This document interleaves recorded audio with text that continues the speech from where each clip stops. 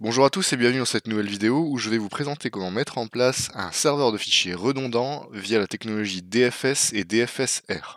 Alors DFS et DFSR, qu'est-ce que ça veut dire? Ça veut dire Distributed File Service et Distributed File Service Replication. Le but étant de créer un nom de partage global regroupant l'ensemble de nos serveurs de fichiers et de créer une réplication de nos fichiers entre nos différents serveurs de fichiers. Donc on va voir tout de suite comment mettre ça en place. Je me trouve ici sur mon serveur de fichiers principal, donc celui qu'on avait déjà paramétré dans une vidéo précédente avec un partage de fichiers et une gestion de droits. On peut retrouver ici son nom, SRV VFS1-GA. Le but étant d'avoir une redondance, il vous faudra au minimum un deuxième serveur de fichiers. On peut faire cette configuration avec plusieurs serveurs de fichiers autant qu'on veut, mais minimum 2, puisque le but étant d'en avoir au moins un qui prend le relais en cas de panne du principal. La première chose, comme d'habitude sur un Windows Server, ça va être d'ajouter des rôles et des fonctionnalités en fonction de nos besoins. On va ajouter le rôle serveur de fichiers DFS. Donc on va aller sur service de fichiers stockage, service de fichiers, et on va cocher espace de nom DFS. C'est la fonctionnalité qui va nous permettre d'avoir un seul nom regroupant l'ensemble des noms de nos serveurs de fichiers.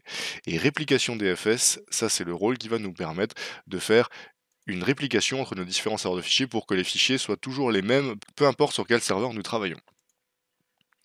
Je vais faire suivant, et installer. L'installation est terminée, c'est à vous de voir si vous installez ces rôles sur l'ensemble de vos serveurs de fichiers ou seulement sur un seul, c'est pas obligatoire de le faire partout, moi je préfère le faire partout, en cas de panne justement dans les serveurs de fichiers, on continue à accéder à la console depuis les autres serveurs de fichiers, ça reste intéressant.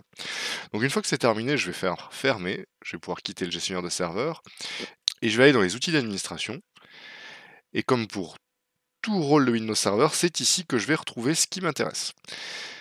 Nous, ce qu'on va vouloir gérer, c'est la gestion du système de fichiers distribués DFS. Donc, je vous avais dit, DFS, c'est Distributed File Service, en français, système de fichiers distribué.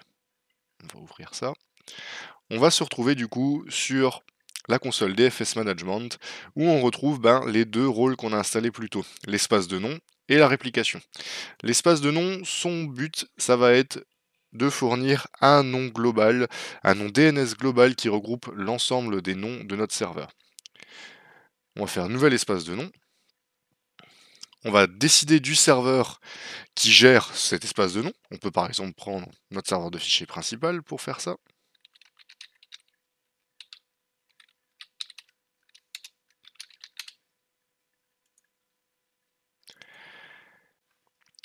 On va devoir ici du coup décider du nom de notre espace de nom, donc du nom de notre partage de données. Si vous vous souvenez bien, nous on en avait déjà créé un sur serveur de fichiers qui s'appelait partage. Alors on va pouvoir le récupérer, ce dossier partage, tout simplement en créant partage. Et si je fais suivant, on va juste me prévenir que la gestion de droit, ce sera celle qu'on avait déjà faite auparavant. Donc là on va nous demander est-ce qu'on veut utiliser le dossier partagé existant et ses paramètres de sécurité existants. Donc nous, vu qu'on les avait fait à notre manière, on peut confirmer et mettre oui. Ensuite, on peut décider que notre espace de nom il sera géré de manière autonome, soit juste par notre serveur, soit par l'ensemble du domaine. Nous, on travaille en domaine Active Directory. Le but, justement, c'est que ce soit intégré à Active Directory et fonctionnel via Active Directory. Donc, on va pouvoir laisser espace de nom de domaine. On peut activer le mode Windows Server 2008. Ça permet d'avoir une meilleure rétrocompatibilité. Donc, dans le doute, vous pouvez le laisser cocher. On peut faire suivant et on peut faire créer. Et notre espace de nom va être créé.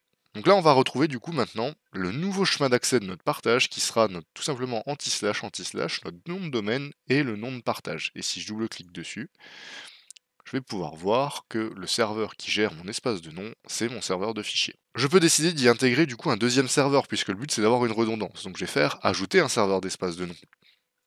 Et là, je vais rajouter mon deuxième serveur. Alors moi, j'en ai préparé un autre en amont qui s'appelle SRV-VFS2-GA. Et on voit que tout de suite, on va retrouver le nom juste en dessous avec le dossier partage. Donc là, je vais tout simplement faire valider. Et à partir de maintenant, le dossier partage, il sera référencé comme accessible sur SRV FS1 et SRV FS2. Une fois votre espace de nom créé et le partage du coup créé sur le deuxième serveur de fichiers, il va encore falloir gérer les droits de partage qui par défaut vont pas forcément être corrects. Pour ça, on va aller dans espace de nom, serveur d'espace de nom, serveur de fichiers 2, bouton à propriété et autorisation du partage. On voit que par défaut ça a mis tout le monde en lecture, c'est pas ce qu'on veut, on va vouloir utilisateur du domaine par sécurité. Et en lecture et modification. On se rappelle, après on avait géré les droits en NTFS de toute manière en fonction de nos groupes de sécurité.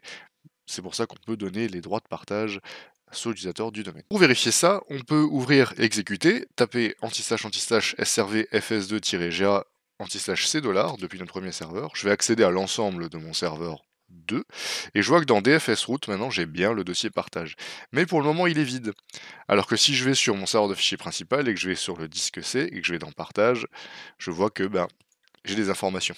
Donc le but maintenant, ça va être de répliquer ces deux dossiers, de les synchroniser si vous voulez. Le but étant que les données soient les mêmes dans les deux serveurs. Donc maintenant, on va aller dans réplication. Et on va faire un nouveau groupe de réplication qui va regrouper nos deux serveurs. C'est un groupe de réplication multi-usage. On fait suivant. On peut lui donner un nom de groupe. Alors, ça c'est simplement un nom pour nous. Je vais l'appeler serveur de fichiers. Je vais rajouter les membres. Donc là, je vais taper mes deux noms de serveur.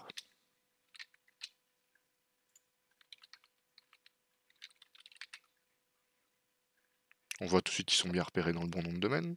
Je peux choisir une topologie particulière. Quand on a plusieurs serveurs, on peut par exemple mettre un serveur principal qui réplique vers d'autres membres. Ou une myplane, tout le monde qui réplique entre tout le monde. Dans le cas de seulement deux serveurs, de toute manière, on n'a pas le choix de faire de la myplane puisque on n'a que deux membres possibles. Ensuite, on peut décider de la manière dont on réplique, c'est-à-dire à quelle heure, quel jour, pendant quel moment, avec quel débit. Ça, c'est adapté selon les besoins. Le but étant de ne pas créer de problème, par exemple, si vous avez des serveurs de fichiers distants, un sur un site principal et un sur un site géographiquement distant, pour effectivement éviter de saturer, par exemple, la connexion Internet. Là, moi, je suis en local, donc je peux laisser une synchronisation complète. Je vais devoir quand même décider de qui est le membre principal, donc on va décider que c'est notre serveur de fichiers 1. Et ensuite, je vais décider de quel est le nom de dossier à répliquer. Alors sur serveur de fichiers 1, c'est donc C partage. Et sur serveur de fichiers 2, je vais devoir préciser où est-ce que je stocke ce dossier. Donc si on se rappelle bien, on avait créé CDFS route partage via l'espace de nom. Donc on va récupérer ce chemin-là. Et on va faire créer. On n'a pas d'erreur particulière. Là, on nous prévient que la réplication ne sera pas faite le temps que Active Directory n'enregistre pas les informations de configuration, donc il va juste falloir patienter un petit peu. Et maintenant, quand j'ouvre serveur de fichiers, je peux voir que j'ai bien mes deux membres avec mes deux dossiers de partage. J'ai patienté quelques minutes et je peux maintenant vérifier, toujours en accédant à mon deuxième serveur de fichiers anti/c$, que la réplication s'est bien fait. Donc si je vais dans mon serveur de fichiers et que je vais dans DFS route partage, je peux voir que mes dossiers sont bien là. Si en parallèle, j'ouvre un autre explorateur de fichiers sur mon serveur local, et que je vais dans partage, je vois bien que j'ai exactement la même arborescence. Et si je vérifie les droits de sécurité, on voit qu'ils sont justes également. Sur mon groupe informatique, j'ai bien les droits pour le groupe informatique. Et on peut faire un test concret. Dans informatique, je vais créer un dossier test DFS, et on va vérifier qu'il est répliqué vers le deuxième serveur. J'ouvre le deuxième serveur, il est bien répliqué. Donc là, mes deux serveurs sont synchronisés en temps réel, parce que j'ai pas mis de limite de bande passante ni de limite horaire, c'est encore une fois adapté selon les besoins. Mais l'idée de ce type de réplication, c'est vraiment d'avoir deux serveurs qui contiennent l'ensemble de vos données et qui peuvent être utilisés en parallèle. Ça peut vous permettre d'avoir du coup un serveur de secours, mais ça peut aussi vous permettre d'avoir un serveur de proximité pour que les gens travaillent sur le serveur le plus proche de chez eux. Ça leur permet d'éviter certains temps de latence quand on a du travail à distance. Maintenant que la réplication est faite et l'espace de nom est fait, le but est de vérifier que sur notre poste client, quand j'accède à un de mes dossiers, peu importe le serveur de fichiers qui est présent, je puisse travailler. Dans la précédente vidéo, on avait paramétré la connexion au lecteur réseau en utilisant anti/anti/ le nom de notre serveur. À partir de maintenant, pour pouvoir profiter des fonctionnalités de DFS, il va falloir qu'on utilise anti/anti/ le nom de domaine. On va aller vérifier tout de suite ensemble, côté poste client, ce que ça donne. Donc là, je suis allé sur mon poste client Windows 10 qui est dans le domaine. Si j'accède à srv-fs1-ga, je vois bien le partage et les données. Mais là, je travaillerai en direct sur le serveur de fichiers 1. Si j'accède à serveur de fichiers 2, même principe, je vais accéder au partage en direct au serveur de fichiers 2. Le but maintenant, ça va être d'utiliser le nom geekadvisor.local, donc le nom de domaine, et le nom partage, donc qui est notre nom d'espace de nom. Et quand je fais ça, là j'arriverai sur l'espace de nom qui du coup pointe soit vers un des serveurs de fichiers, soit vers l'autre. Et pour pouvoir vérifier ça, ben, vous avez un nouveau menu qui est apparu. Maintenant, si vous faites bouton droit propriété sur le dossier, vous avez un onglet DFS, et on peut voir depuis quel serveur on travaille.